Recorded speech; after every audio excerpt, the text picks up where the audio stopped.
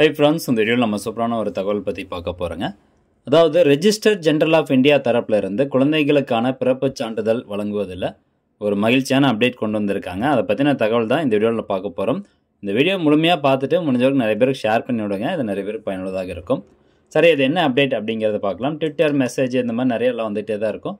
The Register General of India has asked all states to ensure that birth certificates are issued to mothers of newborns before they are discharged from government hospital, which account for more than 50% of institutional births in the country.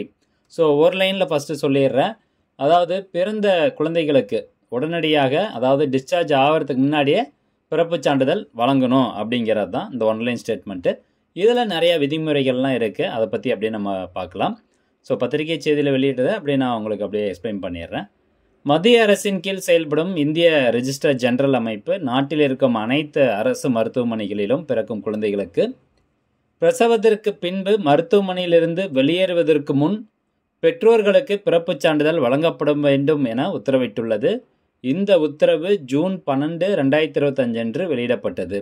So அரசு மருத்துவமனையில் பிறக்கக்கூடிய குழந்தைகளுக்கு அவங்க discharge ஆகிறதுக்கு முன்னாடியே அவங்களுடைய பெற்றோர்கிட்ட birth certificate கொடுக்கணும் அப்படின்னு சொல்கிறாங்க. ஸோ மேற்கொண்டு இதில் ஒரு சில விதிமுறைகள் வந்து அமல் கொண்டு வந்திருக்காங்க. அதை பற்றி பார்க்கலாம். இந்தியாவில் 50%க்கும் மேற்பட்ட குழந்தை பிறப்புகள் அரசு மருத்துவமனைகளில் நடைபெறுவதால் இந்த நடவடிக்கை முக்கியத்துவம் வாய்ந்ததாக கருதப்படுகிறது.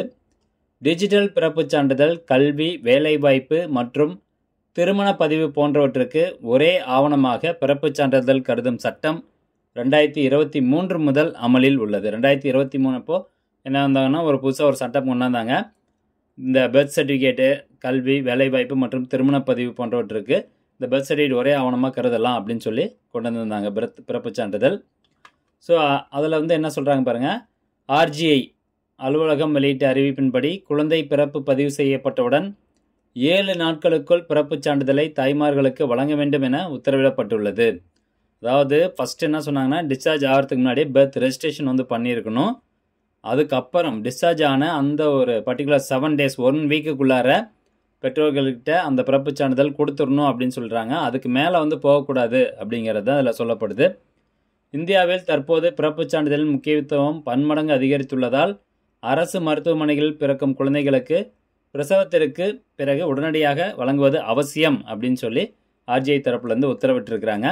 ஏன்னா நம்ம இந்தியாவில் வந்து 50% குழந்தைகள் பிறப்பு எங்கே நடக்குது அப்படின்னா அரசு மருத்துவமனைகளில் தான் நடக்கிறதாகவும், ஸோ அதனால் அவங்க பிறந்த உடனேயே அவங்களுக்கு பர்த் சர்டிஃபிகேட் கொடுத்துடணும் அப்படின்னு சொல்லி உத்தரவிட்டிருக்கிறாங்க. இந்த நியூஸ் பேப்பரில் என்ன சொல்லியிருக்காங்க அப்படின்னு பார்க்கலாம். இங்கே பாருங்கள். But not later then 7 days அப்படின்னு சொல்லியிருக்காங்க. 7 நாட்களுக்குள்ளார பிறப்புச் சான்றிதழ் கொடுத்துடணும். ஸோ இதில் நம்மளுக்கு என்ன ஒரு மகிழ்ச்சியான அப்டேட் அப்படின்னா, நம்ம ஒவ்வொரு டைம் போய் அலைய தேவையில்லை. பிறந்ததுக்கு அப்புறமா போயிட்டு பர்த் ரெஜிஸ்ட்ரேஷன், பர்த் சர்டிஃபிகேட் வாங்கிறதுக்கு வந்து அலைய தேவையில்லை. ஸோ அவங்ககிட்டே வந்து கட்டாயமாக கொடுத்துடணும் அப்படின்னு சொல்லியிருக்கிறாங்க. அது மட்டும் இல்லாமல், சரி இப்போ வந்து ப்ரைவேட் ஹாஸ்பிட்டலில் பிறந்த குழந்தைகளுக்கு எப்படி ரூல்ஸ் அப்படின்னு கேட்டிங்கன்னா, 21 நாட்களுக்குள்ளார நீங்கள் பர்த் சர்டிஃபிகேட் வந்து அப்ளை பண்ணி வாங்கிடலாம். அது ஃப்ரீயாகவே வந்து வாங்கிடலாம். ஸோ இதுதான் வந்து அப்டேட்டு. கண்டிப்பாக அந்த நியூஸை நிறைய பேருக்கு வந்து ஷேர் பண்ணி விடுங்க.